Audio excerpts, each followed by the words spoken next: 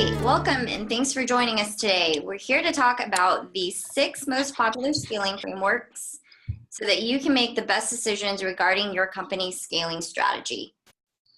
Okay, thanks, Rez. My name is Mike Hall. I'm a senior Agile coach trainer at Agile Velocity. I have 15 years of Agile experience. I've worked on 7 different Agile enterprise transformations, and 3 of those involved scaling Agile to the enterprise. So there's my certifications, my alphabet soup. And with that, I'm going to turn it over to Brian to introduce himself. Thanks, Mike. My name is Brian O'Fallon. I'm also a senior Agile coach. I've only been doing Agile for about 10 years. And as you can see by the PMP down there underneath my Scrum certifications, I'm a reformed project manager. And I came into Agile when our company, the little company I was working for, was acquired, and we were given the dictate, "Thou shall be Agile." Scaling is near and dear to my heart because we quickly ran into trouble trying to coordinate our many teams working on a single product, and encountered a lot of the drivers that Mike and I are going to be talking about today. So hopefully this will be helpful to you all. And I always like to point out how, Brian's picture is so much better than mine. He's thinner, he has a lot more hair. His glasses even look better than mine. So with that, let's move on. So why even worry about scaling? So Scrum, Kanban, XP, whatever, it's excellent at the single team level. These methods, Agile methods, help us improve as a team. They allow us to focus on a potentially shippable product increment and offer us a set of relatively simple ceremonies to plan and deliver effectively. And the question becomes, for many organizations, that comes up sooner rather than later, is just as Brian mentioned, is how to deal with multiple teams working on the same product. And so how can we best organize the teams to work cohesively on a large initiative, and how shall we deal with the inevitable cross-team dependencies? And so there's a number of Agile scaling approaches. Many have similarities, many have differences. And we're going to talk about 6 of those today. But before we do, I wanted to introduce the 11th annual State of Agile report from version 1.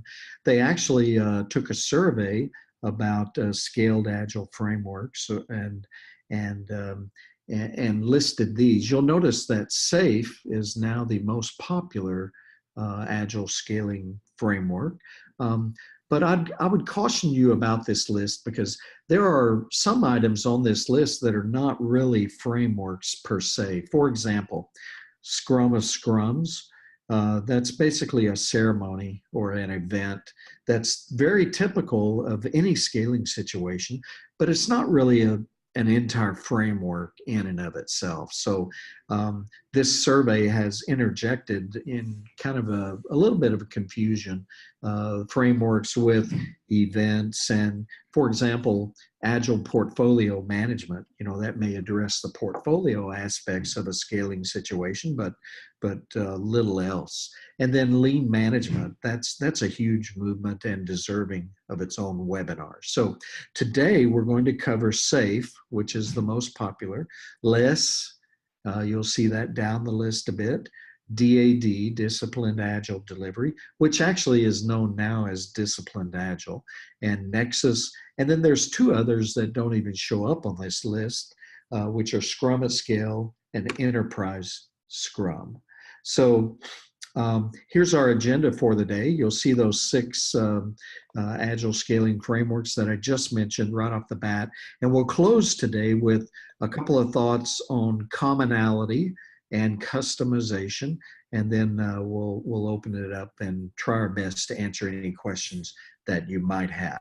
So our first Agile scaling framework is Nexus. I'm going to turn it over to my colleague, Brian O'Fallon. Okay, thanks, Mike. This is the first one we're going to launch into. Notice in the lower right-hand corner of the slide there that this is from scrum.org.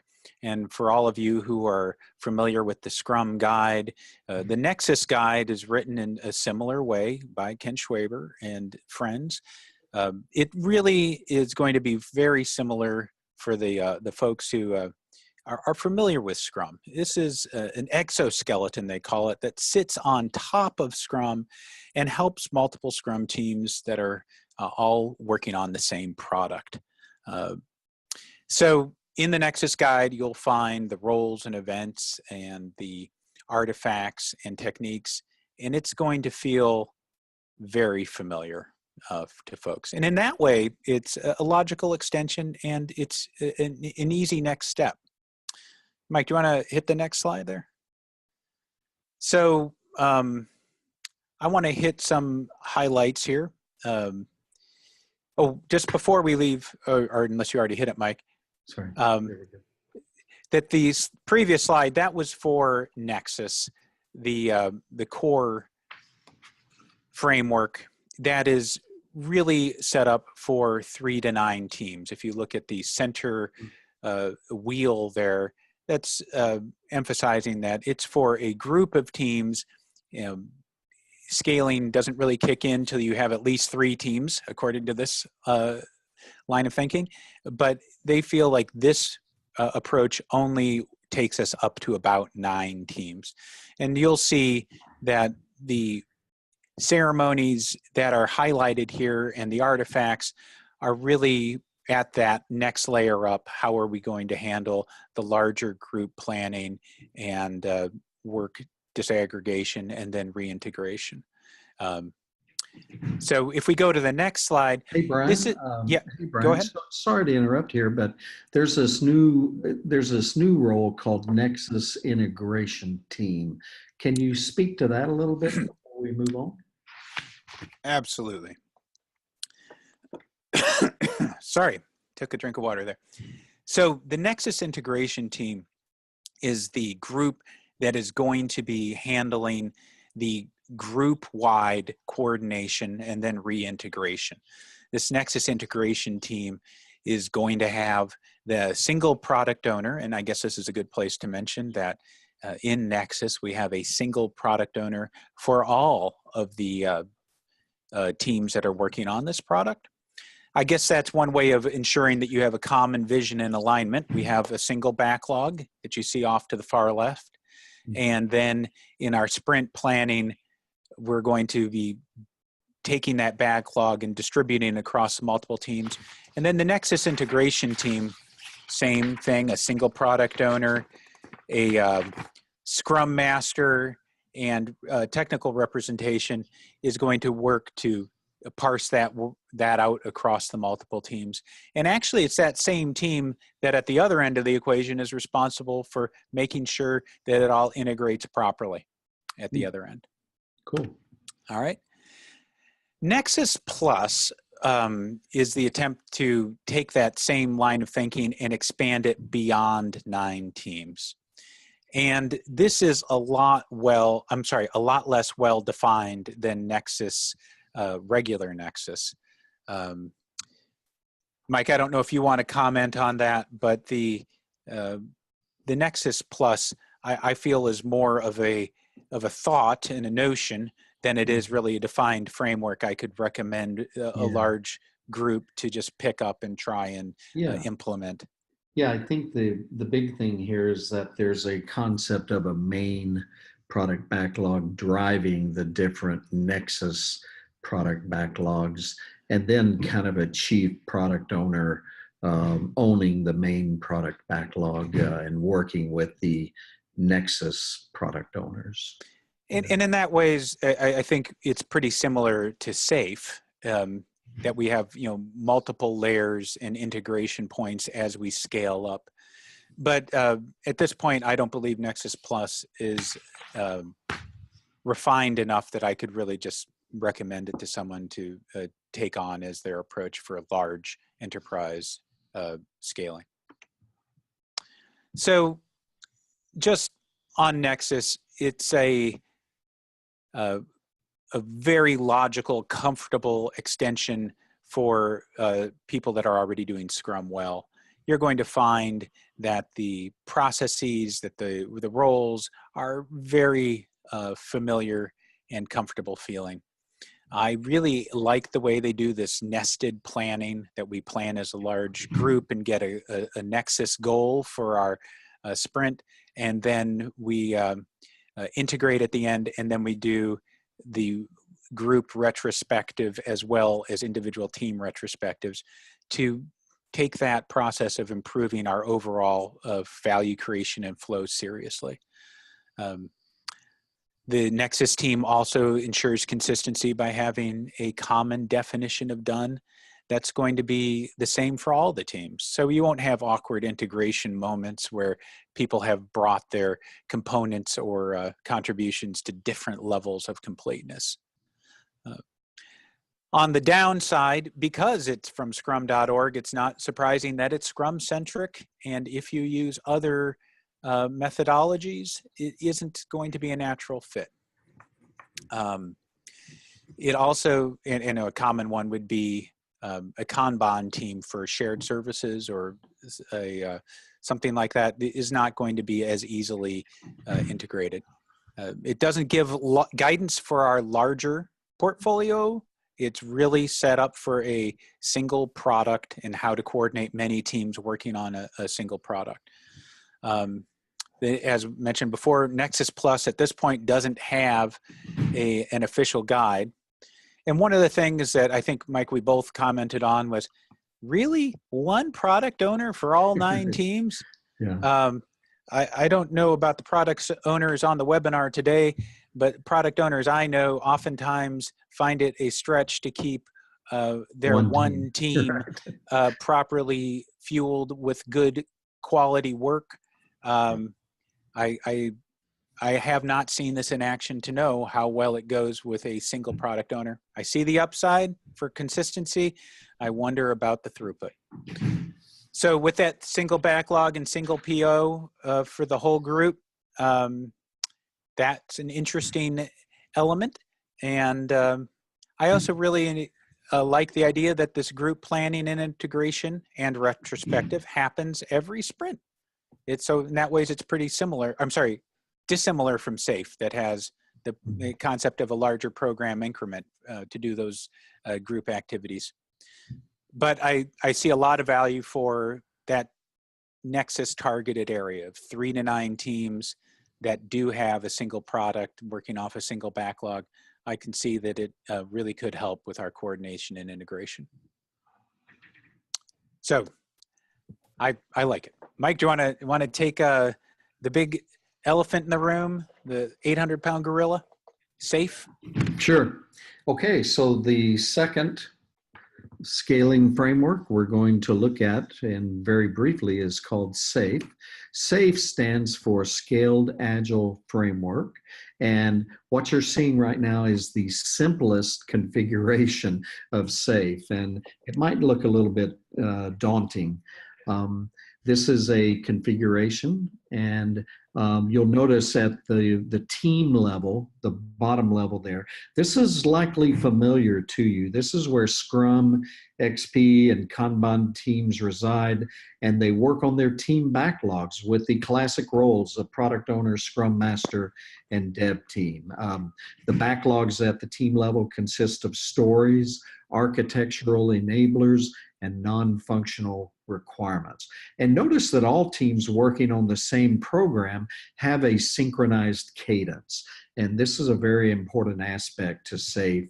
It does require all teams working the same program to be on the same cadence, which means start your iteration on the same day and end your iteration on the same day. And then all teams participate in the program increment planning. That's called PI planning. And that's kind of a superset, if you will, of the different iterations. This diagram shows 5 different iterations that the teams have planned during PI planning. Also notice that the last iteration is called an IP iteration. This is for innovation and planning. So if you understand the power of Slack, then the SAFE approach has built-in Slack baked right in. So it's a good thing to get some innovation and the necessary time to prepare for the next program increment. And at the program level, you'll see some additional roles for the RTE, that's Release Train Engineer. Think of that person as your chief Scrum Master. And product management, they're going to work closely with the team product owners and system architecture role there. And then once again, system demos every 2 weeks, fully integrated software. And there's a program increment, inspect and adapt every 8 to 12 weeks. The diagram shows it every 10 weeks. And the delivery vehicle in SAFE is called the Agile Release Train, or ART, A-R-T. And it's powered by the system demos to form a continuous delivery pipeline. And ARTs can be made up of 5 to 12 teams. And also note that the release to customer is actually decoupled from the heartbeat of development. So there's a motto: develop on cadence and release on demand, that you'll hear in SAFE. Now, if you have more than 12 teams, then what SAFE provides is another configuration called large solution configuration. And again, this is for when we have more than 12 teams. So they add this extra level on top, and it's for multiple Agile release trains. So they have this construct called a solution train. And then the work item at this level is capability, where at the program level, the work item is features. And then at the team level, the work item is stories. So a couple new roles there, solution train engineer, and solution management and solution architecture. And yes, we have solution demos that are aligned with the PI demos that are part of Essential SAFE. A third configuration of SAFE is called Portfolio SAFE, and this is where we address the business aspects of the enterprise and the funding. So the work item at this level is called EPIC, but in reality, it's analogous to a business initiative. And throughout SAFE, all of these backlogs are prioritized using weighted shortest job first. And this is an economic approach to bringing value to our end customers. And the portfolio level is very, very interesting, because this is where we talk about converting our strategic themes into lightweight business cases for each epic, and how all that work flows down and gets decomposed into the different programs and to the different teams. So a big advantage of SAFE, which we'll talk about here in just a minute, is that it shows that translation, if you will, from business strategic themes all the way down into go-do direction amongst the teams. A couple of new roles at the portfolio level: lean portfolio management for governance and funding, and shepherding the epics, the enterprise architect, and the epic owners. Also note that the funding is of value streams and not really projects. The fourth and final configuration of SAFE is called full, and that's where all 4 of these levels are combined. And again, note how the work items are decomposed and flow down through the different levels, from epics to capabilities to features to stories, and even some of the roles. So some of the pros with SAFE: it's very popular. It describes the business aspects that other frameworks might ignore or barely address. Personally, I believe this is the reason that SAFE has really grown in popularity. If you're a C-level or a vice president or executive and you're reading about SAFE, you're going to hear a lot of terms that resonate with you in terms of value streams, portfolios, strategic themes, and how that's all decomposed down into work. It's based on lean economics, and the cadence synchronization is aligned. It's supported by a very large community of practice, very good training courses, and role-based certification. Cons, as you might expect, it can be overwhelming at first, so you have to kind of take it a level at a time. Maybe just start with Essential SAFE. And then the implementation may require significant customization to fit your organizational culture. Thinking about lean agile principles and economic driven development may be a big culture shock for some companies. Really interesting aspects: fund the value streams, not the projects. Keep the teams persistent as much as possible and flow the work into the teams. And it works from 5 to more, hundreds of teams. It is often called prescriptive by detractors. And the sweet spot is mid to large companies, enterprises desiring full enterprise agility. Yes, they've heard of team agility, and that's all fine and good, but they want their entire enterprise to go agile. SAFe is probably a pretty good solution for them. If teams or companies are wanting a disciplined approach to programs, and especially those that are on a synchronized cadence, then SAFe is a really good fit for them. Okay. Hey, Mike, yeah, Mike, go ahead. Before you leave SAFe, could you speak at all to the clients you're working with who want SAFe?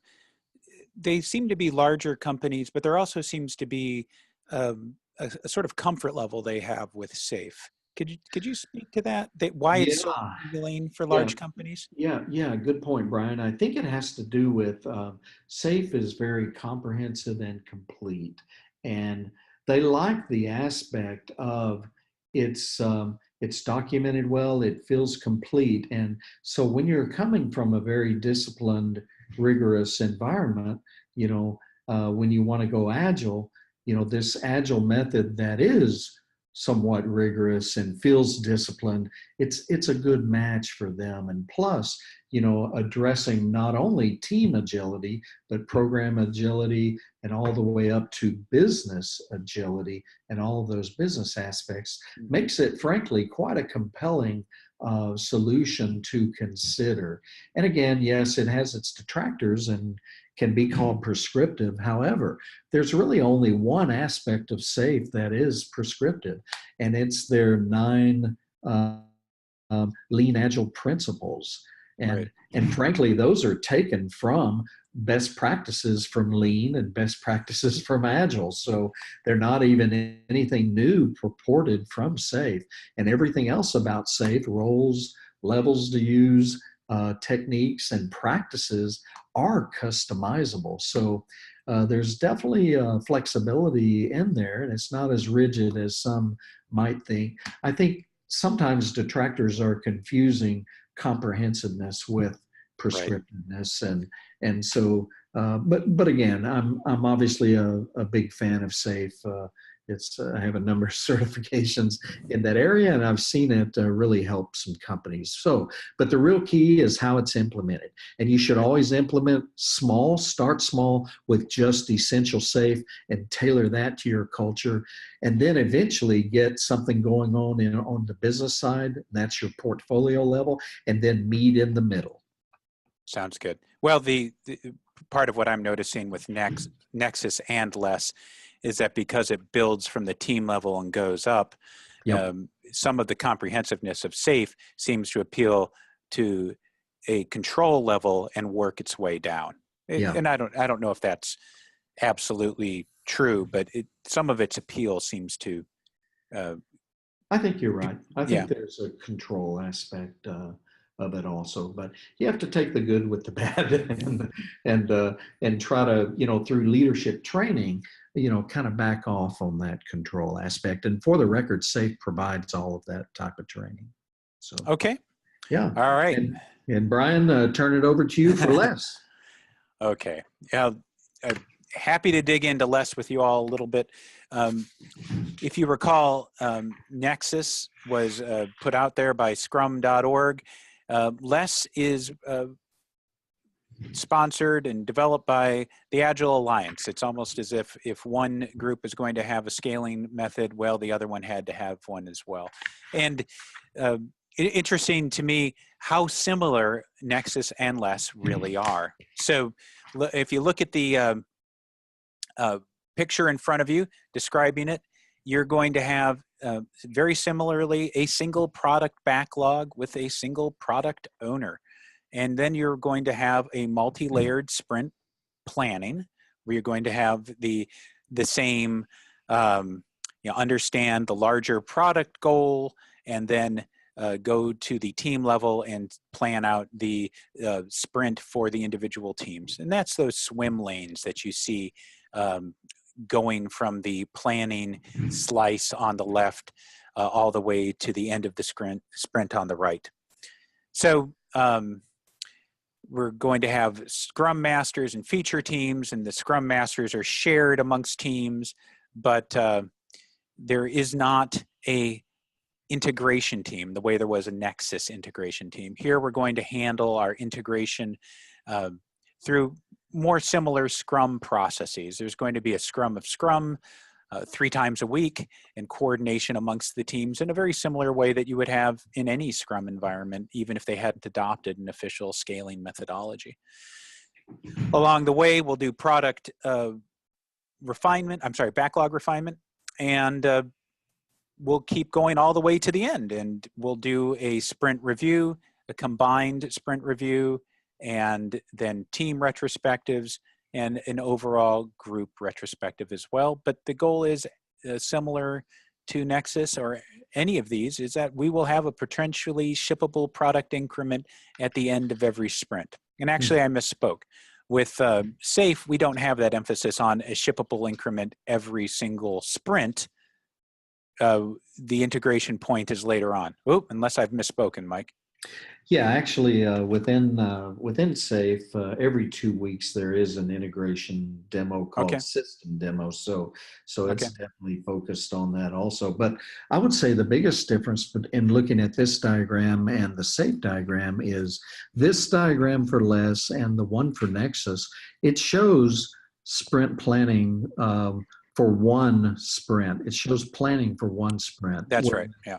Whereas the SAFe diagram, you might recall, shows planning for the next 4 to 6 sprints or iterations. So there is a concept of beyond one sprint. And I'm sure the LESS and Nexus proponents would say, hey, it's just release planning. You just layer that on top. But it's a different emphasis. Yeah. Some diagrams that actually show that may be considered more comprehensive. Good. Okay, so again, we do multi-level sprint planning, and then we do multi-level retrospectives, where we're going to pay attention to the overall goal of the group of teams, and then plan at the team level, and then we're going to try and continuously improve our process at the individual team level and at the larger group level. So regular LESS that we just looked at was designed for up to 8 teams, and LESS Huge has this idea of you can scale this up with a little bit of added structure to LESS Huge for more than 8 teams. And if you'll see that we have still a single overarching product owner, but now we've got the idea of area product owners that are going to be taking that larger perspective and then breaking it down and divvying it up for their smaller groups. But I don't really want to concentrate on LESS Huge. It's there, but the LESS really plays well in that group up to 8 teams. So this is, like Nexus, a scaled up version of one team Scrum, and it'll feel comfortable. It'll feel just a natural extension of Scrum for people who already are doing Scrum well. I'm not going to read through the principles, just they're very similar to what you're already familiar with, and just going through the pros and cons. It's comfortable. It has an emphasis on overall system thinking. It's going to really focus on product as opposed to project, which I think is a nice benefit of it. And it's got the same single backlog and single PO for the coordination and integration. The scaling up of Scrum only works well if you're doing Scrum well. So on the con, if you're not doing Scrum well now, this is not going to help. This is going to only exacerbate your situation. Similar to Nexus, it's really built around Scrum. So if you're using other methodologies, it isn't going to be as natural an extension. And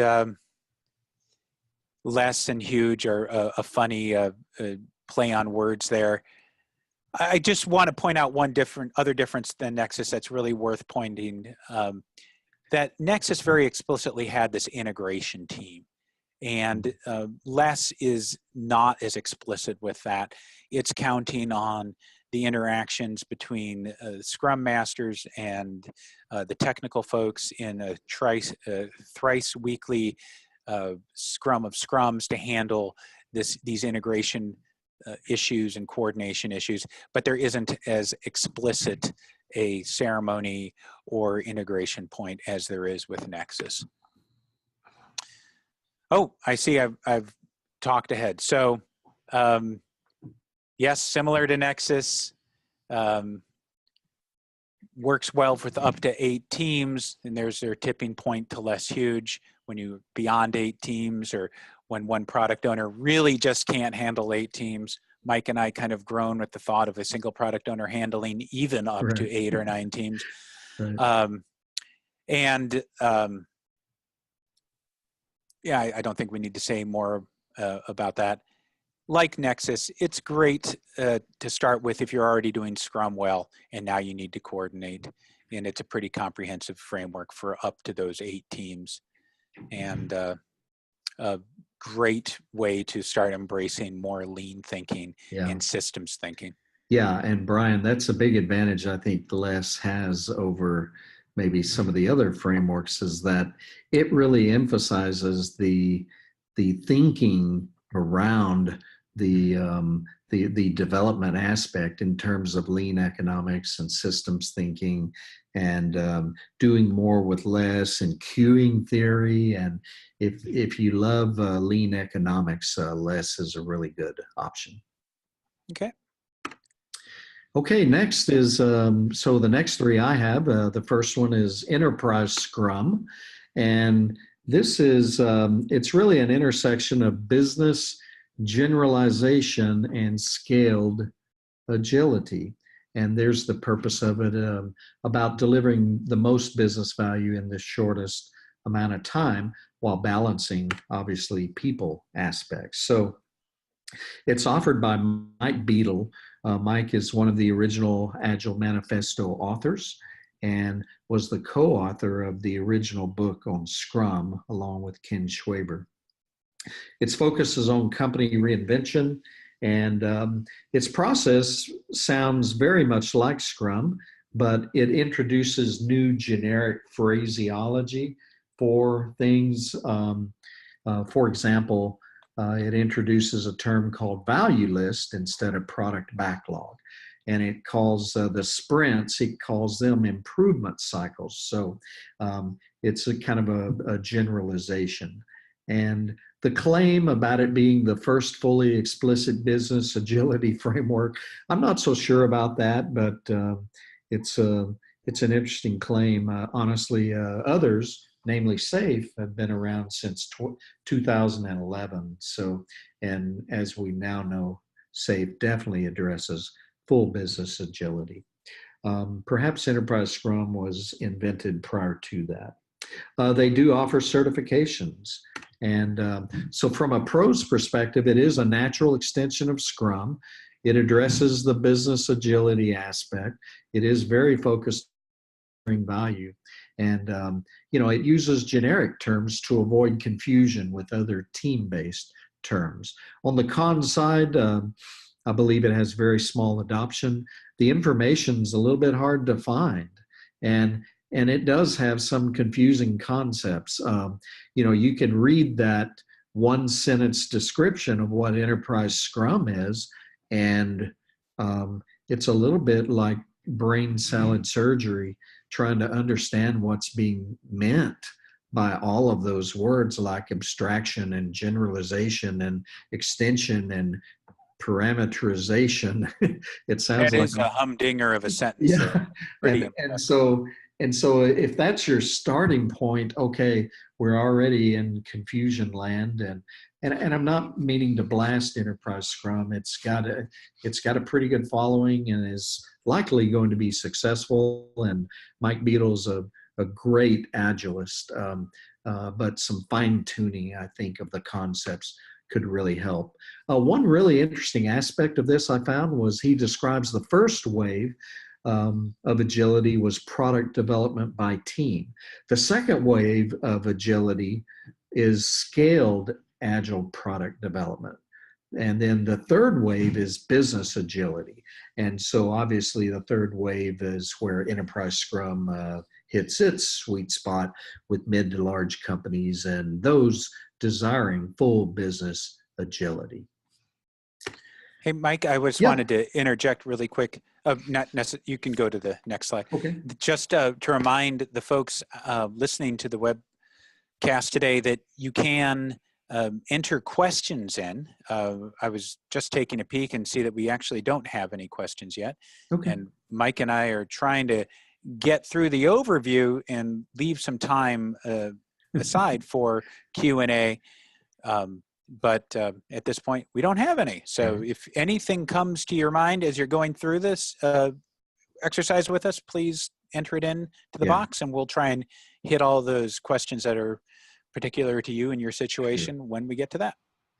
Also, Rez may have a few questions at the end also as we wrap up based on what you've seen so far. So next, number 5 out of 6 is called Scrum at Scale.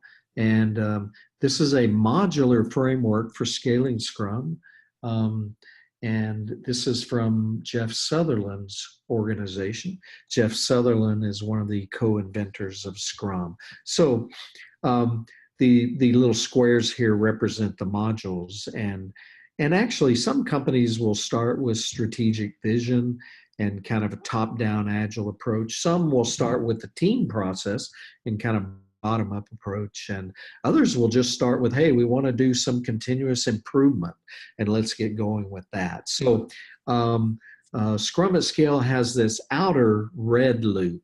This is called their product owner cycle from a scaled perspective, and it basically diagrammatically shows how to connect the strategic vision to the teams. So you'll see the strategic vision module at the top and the team level process there at the bottom. And then how to take the output of the teams and wrap it into a product to the market, through release management and then getting feedback from the end customers. So that's the outer red loop. It's the product owner cycle is what they call it.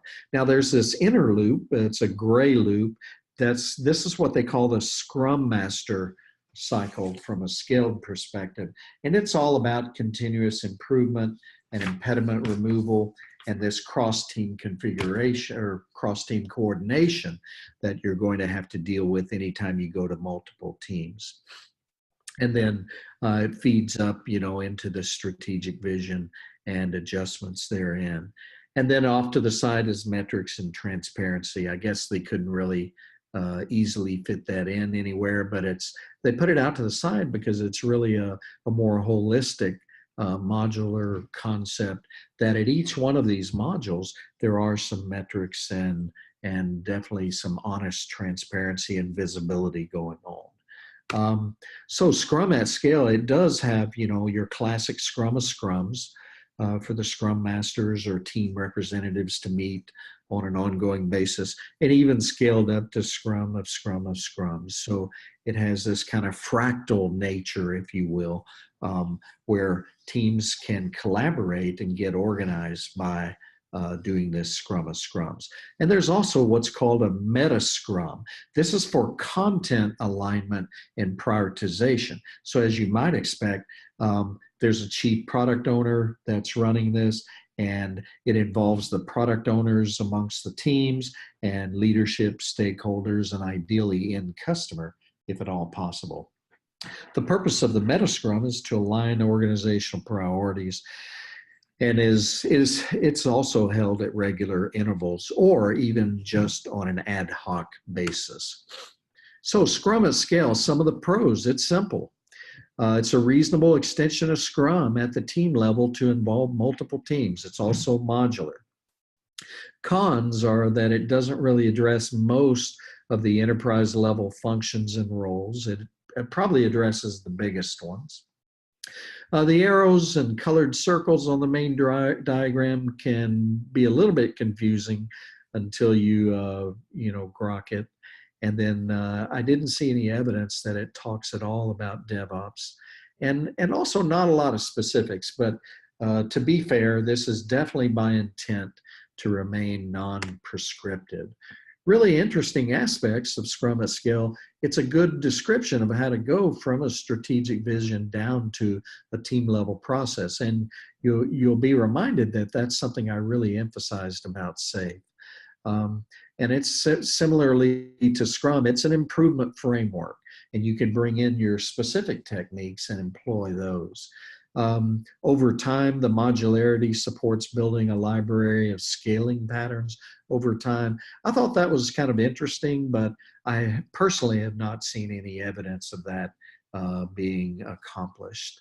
And then the sweet spot is, hey, you've got a small number of teams. We need some simple inter-team coordination. Okay, let's look at Scrum at Scale. Let's get our Scrum of Scrums rolling. Let's get our metadata PO sync rolling.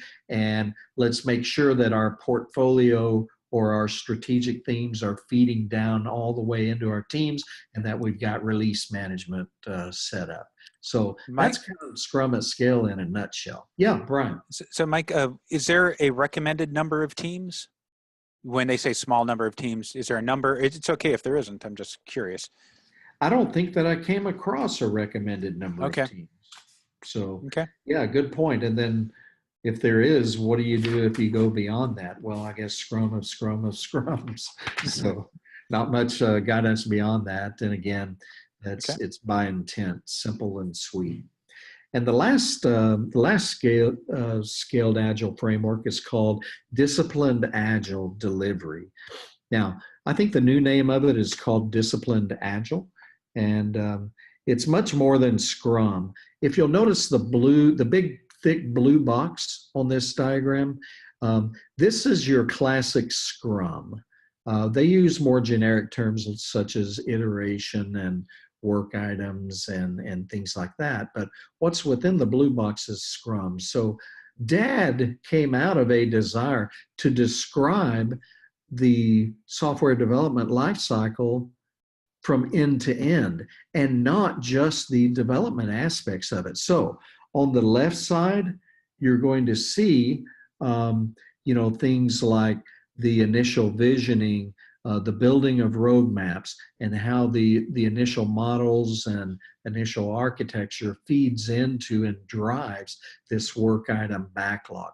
And on the back end, you'll see things about release management and how support works and how ops is integrated and how defects come back in and go into the backlog. So it's a much more complete view of the entire life cycle. And to its credit, that's actually a good thing. There's some functional groupings. If you start at the bottom level, there's DAD, Disciplined Agile Delivery, and this is your basic team level development using Scrum or Kanban, and then some program management for efforts involving 2 or more teams. And then the next level up is Disciplined DevOps. So good job, Dad. You've got the DevOps integrated straight into your diagrams.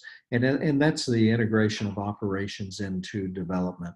The level above that is the Disciplined Agile IT, and this is going to cover staffing, organizational alignment, IT governance, enterprise architecture, portfolio product management, and this is where visioning and road mapping is established. And then at the highest level, you have the DAE, the Disciplined Agile Enterprise, which covers off business operations, sales, marketing, funding, etc. So as you can see, DAD is somewhat unique in that it has scalability built into it with these functions for portfolio and product management, the enterprise architecture, the release management, the business operations, etc. Scaling, It gives you some guidance on some attributes to consider when scaling. That's on the left side. And then there's these the roles on the right side, and notice the multiple teams there in the middle. And so there's a product delivery team or organization, and they're going to ensure that budgeting, reporting, scheduling, people management issues are handled. And there's a program manager role that leads the product delivery team. There's a product management team whose purpose is to manage requirements across sub-teams, and that includes the BAs and domain experts, and there's even an architecture team. Actually, Dad, you may find this interesting. It actually describes 19 additional roles when scaling. And so I won't go over those, but as a little bit of homework or food for thought, try to find those 19 different roles. So pros, goes well beyond Scrum. It's from the entire lifecycle perspective. It definitely addresses enterprise, full enterprise, and it provides choices instead of specific guidance. And this is a really important aspect of DAD. It's replete with all kinds of choices when you need to do something. Like, for example, when you need to do iteration planning, what are your choices? And it'll give you 3 or 4 different choices on how to do that. So DAD is all about choices and being non-prescriptive. Cons, well, provides choices instead of specific guidance. If you're looking for specific guidance, well, you're going to get choices. And then you have to think, well, what's the best choice for our particular organization or culture? It does feel big because of the offer of choices and being relatively comprehensive. And it did originally suffer from lack of organized flow. It's much better now, though. It's a little vague in the how. Really interesting aspects. It has goal diagrams offering a number of choices. So there's an example of the choices you would have when you're exploring initial scope. And the sweet spot is medium to large organizations, full-on enterprise transformations, and those wanting flexibility over specifics. So now we've completed all 6 of those. So Brian, I'm going to ask you a question. Yes, sir. Thinking about those 6, what are, it's striking me that there is some commonality. What thoughts do you have about the commonality of these 6 approaches? Absolutely. That's a great question. And when we were digging through this, it's really the commonality more than the differences that jump out to me. All of these are trying to manage the cross-team coordination, management of risks. How are we going to break the work up, and how are we going to integrate it at the end? And so almost all of these have real similar approaches to, let's do joint planning. If we're going to coordinate the vision, are we going to do it with a single product backlog? Are we going to do it with a single product owner? There's a little bit of variation, but that's really similar. We're going to start with a common vision, and we're going to do joint planning that's multi-tiered to break the work up and align efforts. And then we're going to integrate at the end. The common theme seems to be every sprint we're going to reintegrate, although there's different emphases there. And the other thing that I really appreciate is that the overall group of teams is taken seriously as something that we should try and improve the process for. So we're going to take a look at that large scaled group and also at the individual team level. So really common set of tools that all of these are maybe doing variations on, but I was heartened to see how similar they were. Yeah, good. Thanks, Brian. Brian alluded to this previously.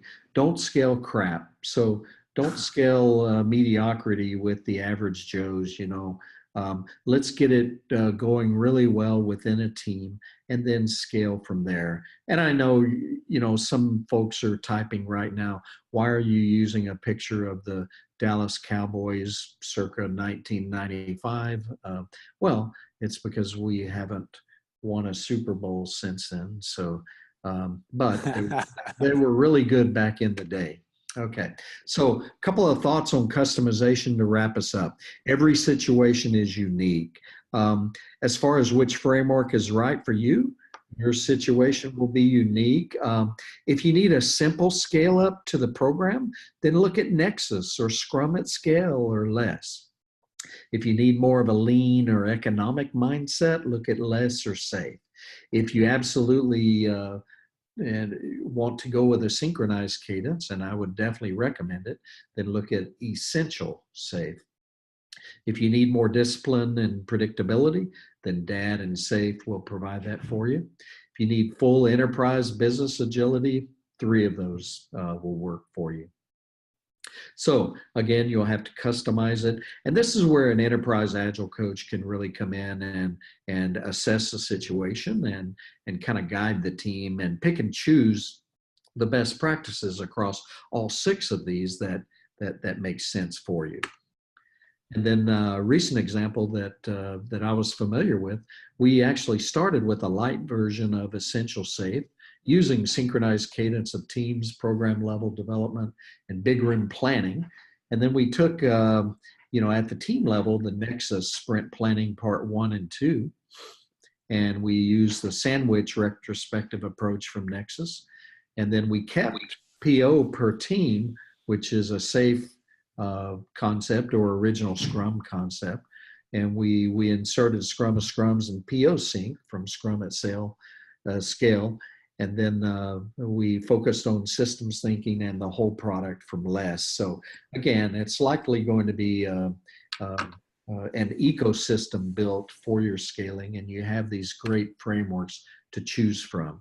Top 5 tips I won't cover, other than the highest one is grow your internal agile coaches. A good way is to bring on an existing enterprise agile coaches and have them invest in your internal agile coaches. And then obviously executive sponsorship is a good one. So now we're at Q&A. So I'm going to open up the question box. Okay. Why don't I start off because I haven't had a chance to look. Go for it. We've got the Q&A section. Also, some folks have been posting it into the webinar chat. I'll pick off an easy one here. Do we have any metrics or stats on adoption rates across the frameworks? Well, Mike, we had that initial slide that showed the version 1 state of Agile, but I don't think we have anything more comprehensive than that, do we, about scaling adoption rates? Yeah, you're exactly right, Brian. The best metric is to look at that version 1 chart. And I will say this, that SAFE is definitely climbing up the ladder and is now the top one. So we're expecting that to continue. So that's your best objective evidence of what's happening out in the world regarding agile scalability. Okay. And then another one that showed up in the chat, and then we'll go to the Q&A ones. We had Anne, who posted about she's got 5 to 7 teams, and they're using a Scrumban execution, and she's leaning towards less. She isn't looking to extend it into the business side. Do we see any pitfalls with that? I don't. With 5 to 7 teams, you are at the sweet spot for less than Nexus or Essential Safe for that matter.